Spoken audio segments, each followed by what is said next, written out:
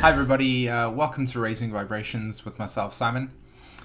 Today I'm going to be continuing with the Uranus series, and what we're going to be doing today is focusing on Uranus moving through the 8th house, or Uranus in Scorpio, and just basically sharing with you some of my perspective, inner opinions and such, and hopefully offering you some healing when it comes to understanding why and what it is that is associated with this symbolism, okay?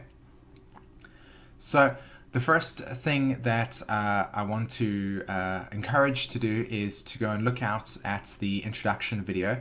I highly recommend watching that video first. The reason being is because it grounds you in the understanding of what Uranus actually symbolizes in the birth chart. And so a big part of that process in terms of understanding it in your natal chart is recognizing where and what it actually symbolizes in its totality, okay? So I highly recommend watching that video and then watching this one over here. Then the other thing that I wanted to share with you is that when Uranus is in the 8th house, this also does apply to everybody that has Uranus in Scorpio, okay? And or if you have the current placement of Uranus, in other words, where it is today and so on, or where it has been over the last couple of years, if it's been moving through your astrological 8th house, okay? So you'll know this if you go to Astrodine test and you go and look at your astrology chart, and you'll see the green symbols around your astrology. That will show you where the planets are today. And if it's in your 8th house, then this applies to you as well, okay?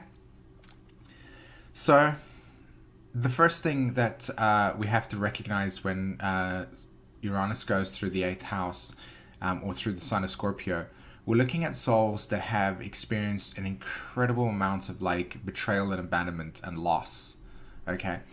To the point where basically what's happened is that you have a fundamental shattering of the nature of trust and the ability to extend trust to anybody without feeling like you have to psychoanalyze the nature of their motives and agendas and what it is that they are intending in terms of a friendship or a relationship, or even to merge within the sexual nature.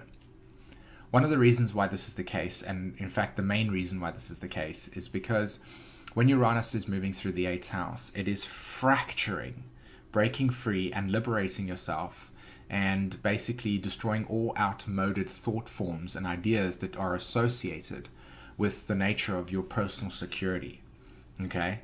Your personal security. In other words, whenever we are going about our days, we tend to extend our sense of authority and our sense of personal security outside of ourselves. We place it in other people. And what happens is we create these attachments. And this is one of the things that is not really understood a lot in normal astrology about the nature of Scorpio, is that it correlates to our fixations, our attachments. So what happens is that when Uranus moves through that placement, or you have that in your chart, you're experiencing the liberation of all these personal attachments where you have basically fixated all your security outside of yourself, where you've placed it in situations that then ultimately get taken away. Because at the end of the day, the only thing that actually manifests itself as constant on earth is source. It is the creation. Therefore, everything that is external from you can at some point in time be removed, leaving you with that experience of loss. So Scorpio actually teaches us how to develop inner security relative to loss. Now with you guys, you have come through with this experience where there has been an incredible amount of this manifesting for you.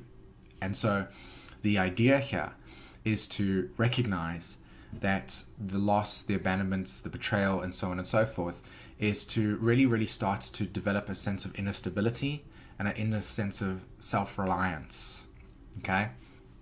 That is the modality. That is what the soul's intentions are with that sign.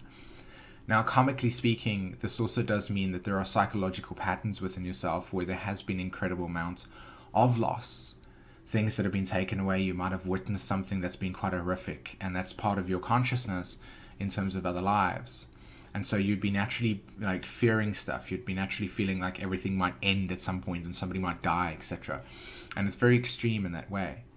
So a big part of your therapy in this lifetime in terms of like understanding Uranus is to recognize self-reliance, and that no matter how much of whatever it is that you are outside of yourself, true empowerment exists within. Okay? The other thing that I wanted to share with you is that you will also notice during this period of time that you're becoming aware of the nature of your sexuality in a way that is beyond the sort of how it has been described in consensus behavior. What you're basically trying to do is access parts of yourself that might have some wounding associated with it, and so you do need a partner that is really willing to be open and emotionally invested in terms of the relationship, so that you are able to do that. And the last thing that I wanted to say is just be careful of psychological abuse. Uranus and Scorpio can be very direct and very in your face in that sense, and what will come back at you is a rejection of your individuality. So again, just recognize that you are a very intense person in that sense. Okay?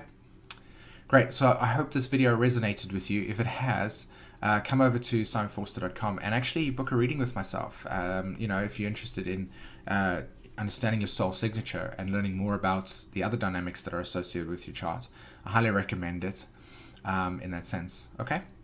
Great. Well, I hope you enjoyed this video, and take care. Bye-bye.